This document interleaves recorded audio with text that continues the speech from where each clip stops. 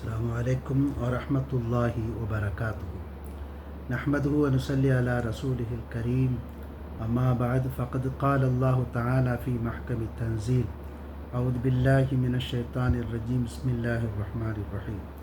वमा आताकुमुर रसूलु फ़ख़ुज़ूहु वमा नहाकुम अन्हु फ़न्तहू। क़ाल नबी सल्लल्लाहु अलैहि वसल्लम अत्तहूरु निस्फ़ुल ईमान। सदक़ल्लाहुल अज़ीम व सदक़ नबियुल करीम। रब्बी औज़िअनी अन अश्कुर निअमतक अल्लती अन्अमत अलैया। अल्लाहुम्मा अग़फ़िर शुयूख़ना व लिजमीइल हाज़िरीन बिरहमतिक या अरहमर राहिमीन। அளவற்ற அருளாளன் நிகரற்ற அன்பாளன் எல்லாம் வல்ல அல்லாஹ்வின் திருநாமம் கொண்டு வார்த்தைகளை துவக்கம் செய்கிறேன். சலாமும் சலவாத்தும் கண்மணி நாயகம் முஹம்மது முஸ்தஃபா ரசூலுல்லாஹி ஸல்லல்லாஹு அலைஹி வஸல்லம் அவர்களின் மீதும், அவர்களது உயர்ந்த வாழ்க்கை நெறியினை பின்பற்றிய சஹாபா பெருமக்கள், தாபியீன்கள், தபோ தாபியீன்கள், இமாம்கள், மேதைகள், இறைநேசர்கள் அனைவர் மீதும் என்றைக்கும் நின்று நிலவட்டுமாக. ஆமீன்.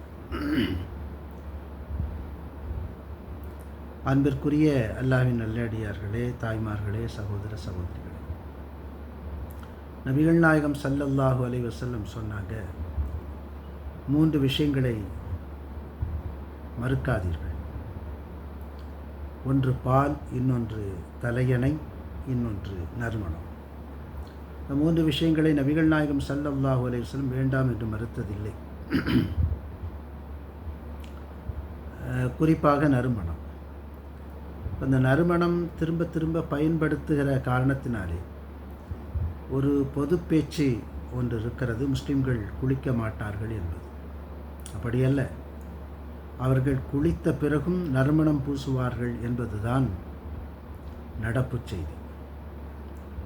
ஒரு போக்குவரத்து காவல் அதிகாரியை நாங்கள் ஒரு ஜமாத்தாக கடந்து சென்றோம். அவ்வளோ பேரும் முஸ்லிம்கள், அவ்வளோ பேரும் மனம் பூசி இருக்கிறோம். அந்த போக்குவரத்து காவல் அதிகாரி அந்த அற்புதமான மனத்தை நுகர்ந்துவிட்டு, என்ன ஒரு நறுமணம் என்று அவர் ஆனந்தப்பட்டார். பொதுவிடங்களிலே இருக்கும்போது பல்வேறு விதமான கெட்ட வாடைகளையும் நுகருகிற ஒரு சூழல் இருக்கிற போது இது போன்ற நல்ல வாசனைகள் அவருக்கு மிகுந்த மனமகிழ்ச்சியை ஏற்படுத்தியிருக்கிறது.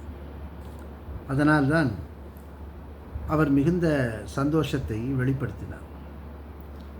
பொதுவாக சுத்தம் எல்லோராலும் விரும்பப்படுவது, சுத்தம் எல்லா இடங்களிலும் வரவேற்கப்படுவது, அசுத்தம் எல்லா மனிதர்களாலும் வெறுக்கப்படுவது. எனவே தான் எல்லா வகையான சுத்தங்களையும் மேற்கொள்ள சொல்லுகிறது இஸ்லாம். நபிகள் நாயகம் ஸல்லல்லாஹு அலைஹி வஸல்லம் அனைத்து சுத்தங்களுக்கும் முன்மாதிரியாக இருக்கிறார்கள். நகம் வெட்டி கொள்ளச் சொன்னார்கள் நபிகள் நாயகம் ஸல்லல்லாஹு அலைஹி வஸல்லம்.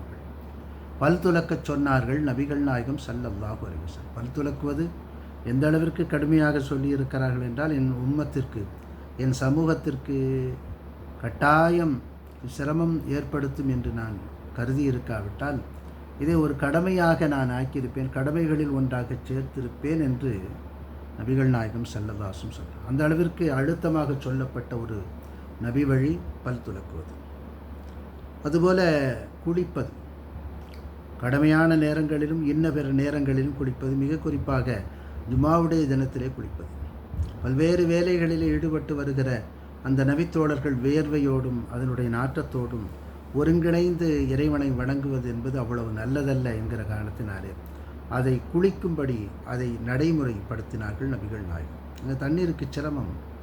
பாலைவனத்திலே, அந்த அரபு தேசத்திலே தண்ணீருக்கு சிரமம். ஆனாலும் அதை குளிப்பதை ஒரு நபி வழியாக, தன்னுடைய நடைமுறையாக நபிகள் நாயகம் ஸல்லல்லாஹு அலைஹி வஸல்லம் அவர்கள் வலியுறுத்தினார்கள்.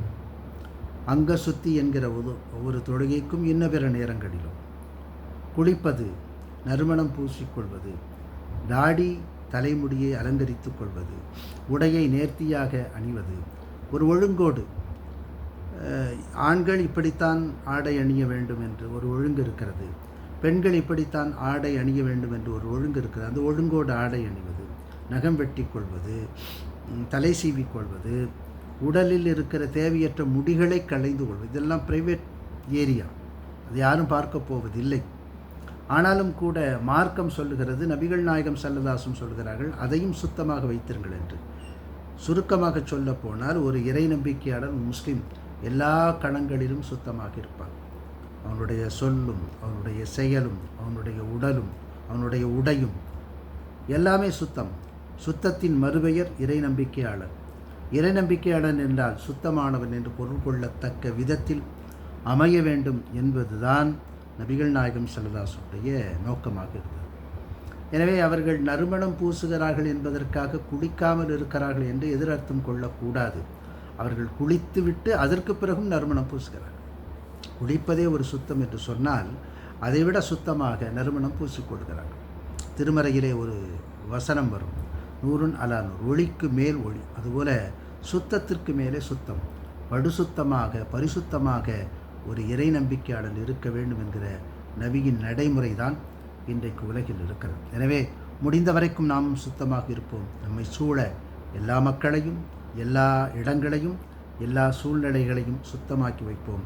அல்லாஹ் தௌஃபீக் செய்வானாக. வாஹிர் தஅவானா அல்ஹம்துலில்லாஹி ரப்பில் ஆலமீன். அஸ்ஸலாமு அலைக்கும் வரஹ்மத்துல்லாஹி வபரகாத்துஹு.